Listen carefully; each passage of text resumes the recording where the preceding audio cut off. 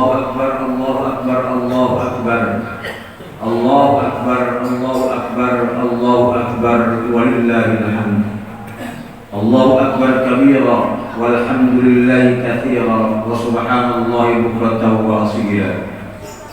Alhamdulillah, alhamdulillahilladzi a'ada 'alaina ni'amahu fi kulli nafsin wa la mahal. وأسبغ علينا نعمه ظاهرة وباطنة في الجلوات والخلوات وأشهد أن لا إله إلا الله وحده لا شريك له الذي امتن علينا لنشكره بأنواع الذكر والطاعات وأشهد أن محمدا عبده ورسوله سيد الأنبياء والمرسلين وسائر البريات اللهم صل وسلم على سيدنا محمد وعلى آله وصحبه أهل الفضل والكمالات. أما بعد فيا أيها الناس أوصيكم وإياي بتقوى الله فقد فاز المتقون. قال تعالى: أعوذ بالله من الشيطان الرجيم بسم الله الرحمن الرحيم يا أيها الذين آمنوا اتقوا الله ولتنظر نفس ما قدمت لغد واتقوا الله إن الله خبير بما تعملون. Allahu Akbar, Allahu Akbar, Allahu Akbar, walillahil hamd. Dalam kesempatan yang paling mulia dan paling bahagia di sini, marilah para hadirin dan hadirat jamaah salat Idul Fitri yang berbahagia, kita tingkatkan kualitas takwa kita kepada Allah Subhanahu wa taala. Takwa benar-benar melaksanakan perintahnya dan juga dengan penuh kesabaran meninggalkan larangan yang dilarang oleh Allah melalui Rasulullah SAW dan disampaikan kepada para ulama untuk kita. Dengan demikian jadilah kita sebagai orang-orang yang dianggap oleh Allah Subhanahu wa taala sebagai orang yang ulaika ala hudam min rabbihim wa ulaika humul muflihun. Mereka adalah orang-orang yang mendapatkan petunjuk dari Tuhan mereka dan mereka adalah orang-orang yang mendapatkan kemenangan. Nah, oleh karena itu hadirin rahimakumullah, dalam kapasitas ayat tentang berpuasa, Allah akhiri dengan kata-kata la'allakum tattaqun, agar supaya kalian bertakwa kepada Allah Subhanahu wa taala. Jadi kalau kita istilahkan kita berpuasa di bulan Ramadan pada hakikatnya latihan. Kalau seandainya ada yang mengatakan kita berperang di bulan Ramadan, pada hakikatnya kita berlatih. Kita melatih diri kita melatih hawa nafsu kita melatih jiwa kita untuk mempertahankan ataupun melawan nafsu-nafsu yang ada di badan kita. Dan sehingga ketika kita mendapatkan pelatihan, kita mendapatkan piagam perhargaan kemenangan. Dan situlah Allah firmankan la'allakum tattaqun, agar supaya kalian menjadi orang yang bertakwa. Dalam kajian ilmu nahwu dikatakan tattaqun dengan menggunakan fi'il mudhari, yaitu kata untuk masa yang akan datang. Berarti ketakwaan kita itu dengan kita menjalankan puasa di bulan Ramadan, kita dijadikan orang yang bertakwa setelah kita melaksanakan puasa Ramadan. Nah, oleh karena itu hadirin rahimakumullah, patutlah kita bersyukur kepada Allah Subhanahu wa taala karena kita sudah memenangkan pertarungan kita melawan hawa nafsu, memenangkan apa yang memang pada harusnya dilarang oleh Allah Subhanahu wa taala dalam jiwa syahwat kita, jiwa rakus kita dilarang makan dan dilarang minum pada saat siang hari untuk mempertahankan rasa lapar kita. Karena dengan rasa lapar akan mengakibatkan ataupun akan menjadi ruang gerak setan menggoda kita menjadi sempit. Ju'u, laparlah kalian, karena di dalam lapar itu akan membuat setan menggoda kita menjadi sempit. Yang memang pada hakikatnya ketika kita berpuasa, setan-setan dibelenggu, yang ada hanyalah jiwa syaitaniyah yang ada di badan kita. Allahu Akbar, Allahu Akbar, Allahu Akbar, walillahil hamd. Hadirin dan hadirat rahimakumullah, salat Idul Fitri yang dimuliakan oleh Allah Subhanahu wa taala. Ketika ada pertanyaan, bersedihkah kita ketika kita ditinggalkan oleh Ramadan atau Ramadan meninggalkan kita?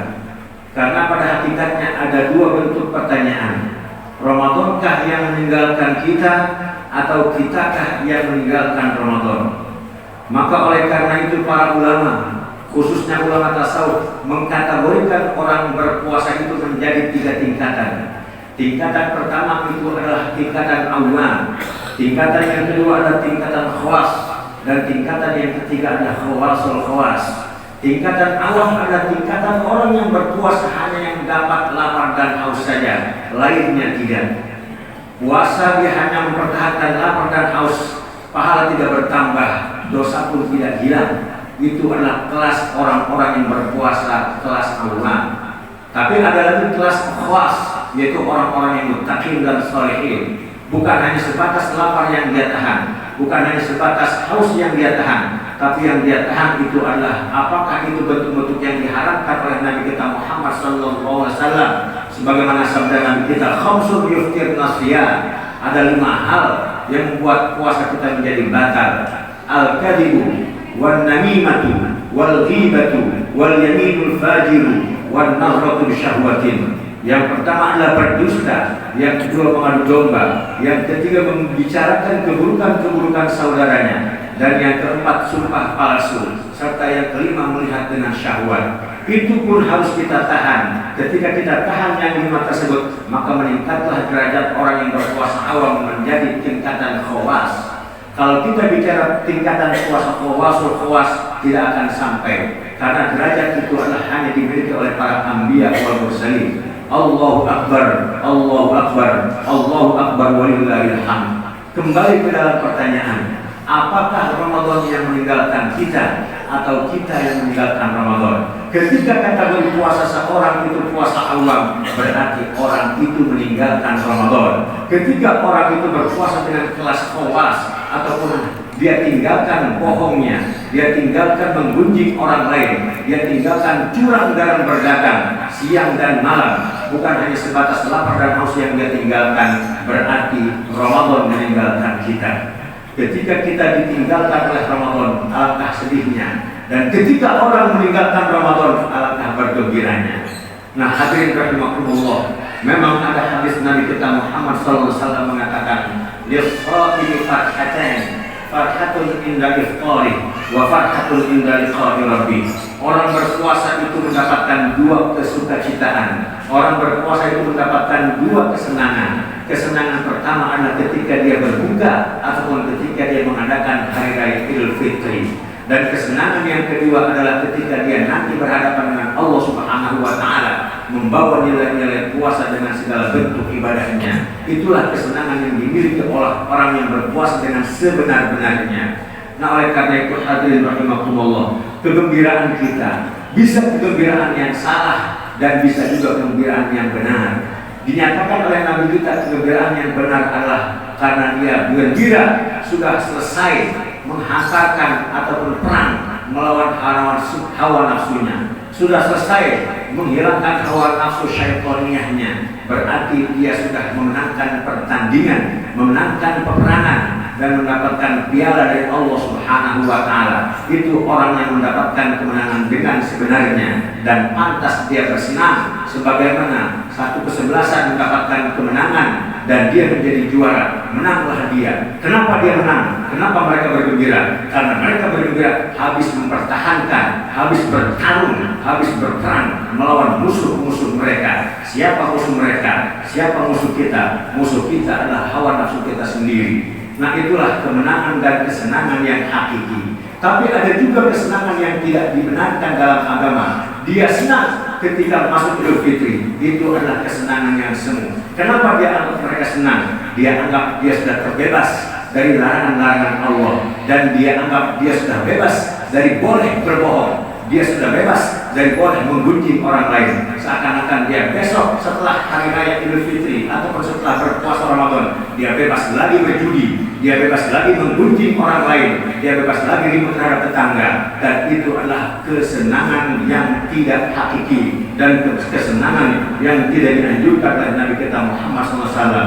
Boleh jadi berapa banyak orang-orang yang senang ketika mengadakan hari raya Idul Fitri. Dia mendahului lebaran dibanding orang-orang yang berpuasa dengan sebenarnya. Pada hakikatnya, pada saat di bulan Ramadan, mereka banyak yang tidak berpuasa. Apakah puasa batin ataupun puasa lahir?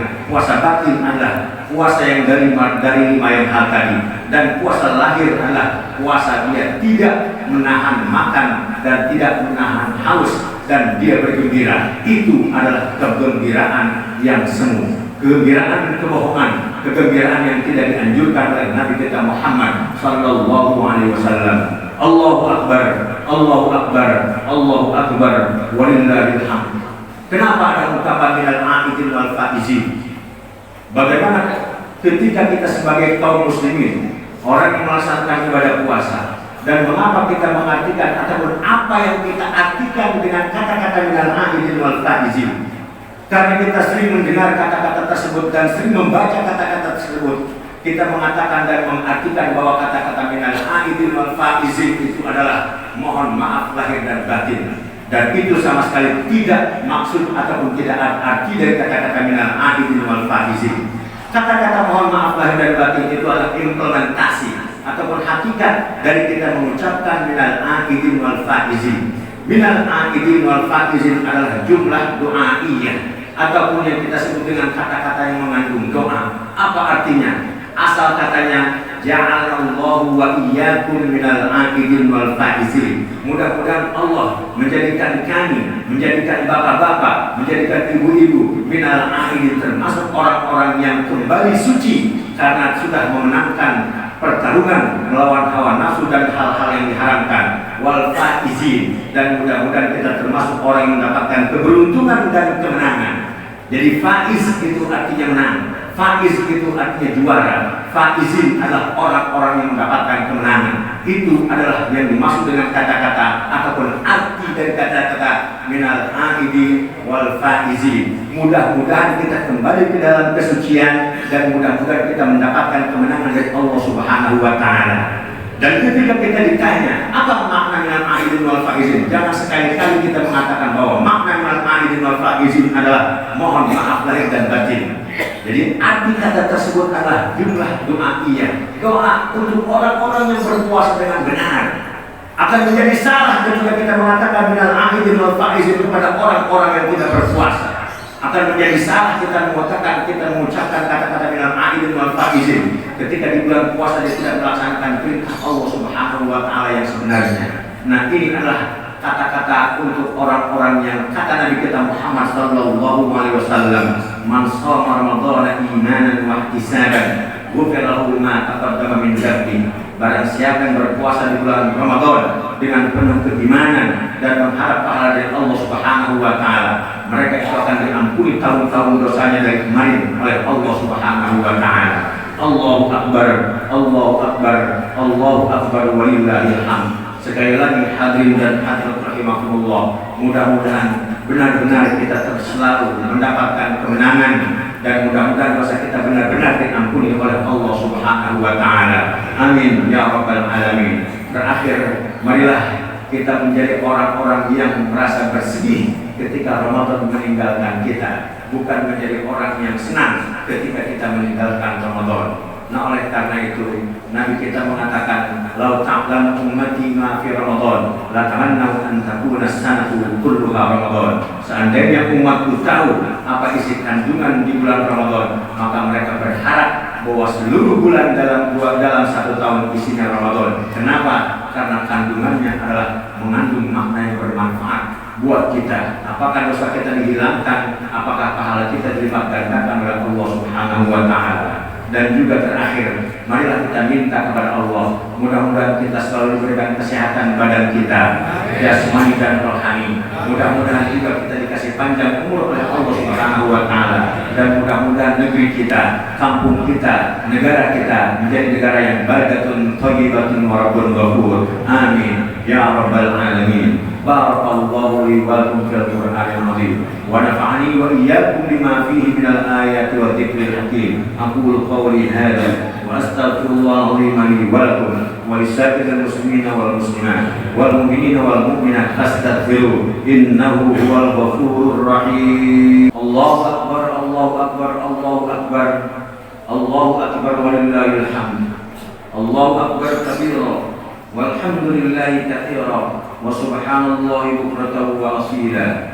Alhamdulillah Alhamdulillah nahmaduhu wa nasta'inuhu wa nastaghfiruh wa na'udzu billahi min shururi anfusina wa min sayyiati a'malina. May yahdihillahu fala mudilla lahu wa may yudlilhu fala hadiya lahu. Asyhadu an la ilaha illallah wahdahu la syarika lahu wa asyhadu anna sayyidana Muhammadan 'abduhu wa rasuluh. Allahumma shalli ala sayyidina Muhammad wa ala ali sayyidina Muhammad. Amma ba'du. Faya ayyuhan nas, usikum wa iyaya bittaqwallahi faqad fazal muttaqun. Qala ta'ala, a'udzu billahi minasy syaithanir rajim. Syahrul Ramadan alladzi unzila fihi al-Qur'an hudan lin-nasi wa bayyinatin minal huda wal furqan. Faman syahida minkum asy-syahra falyasum wa man kana maridan aw 'ala safarin fa'iddatun min ayyamin ukhra. Yuridullahu bikumul yusra wa la yuridu bikumul 'usra وَلِتُكْمِلُوا الْعِدَّةَ وَلِتُكَبِّرُوا اللَّهَ عَلَى مَا هَدَاكُمْ وَلَعَلَّكُمْ تَشْكُرُونَ. اللهم اغفر للمسلمين والمسلمات والمؤمنين والمؤمنات إنك سميع قريب مجيب الدعوات ويا قاضي الحاجات. اللهم أعز الإسلام والمسلمين، اللهم انصر الإسلام والمسلمين، اللهم انصر من نصر الدين وانصر من نصر المسلمين. اللهم أهلك الكفرة والمبتدعة والمشركين. اللهم إنا نسألك رضاك والجنة ونعوذ بك من سخطك والنار. اللهم اجعلنا عند البلاء من الصابرين وعند النعماء من الشاكرين وعند القضاء من الراضين واجعلنا من العائدين والفائزين والمقبولين. بارك الله لي ولكم في القرآن العظيم ونفعني وإياكم بما فيه من الآيات الذكر الحكيم. عباد الله، إن الله يأمر بالعدل والإحسان وإيتاء ذي القربى وينهى عن الفحشاء والمنكر والبغي يعظكم لعلكم تذكرون.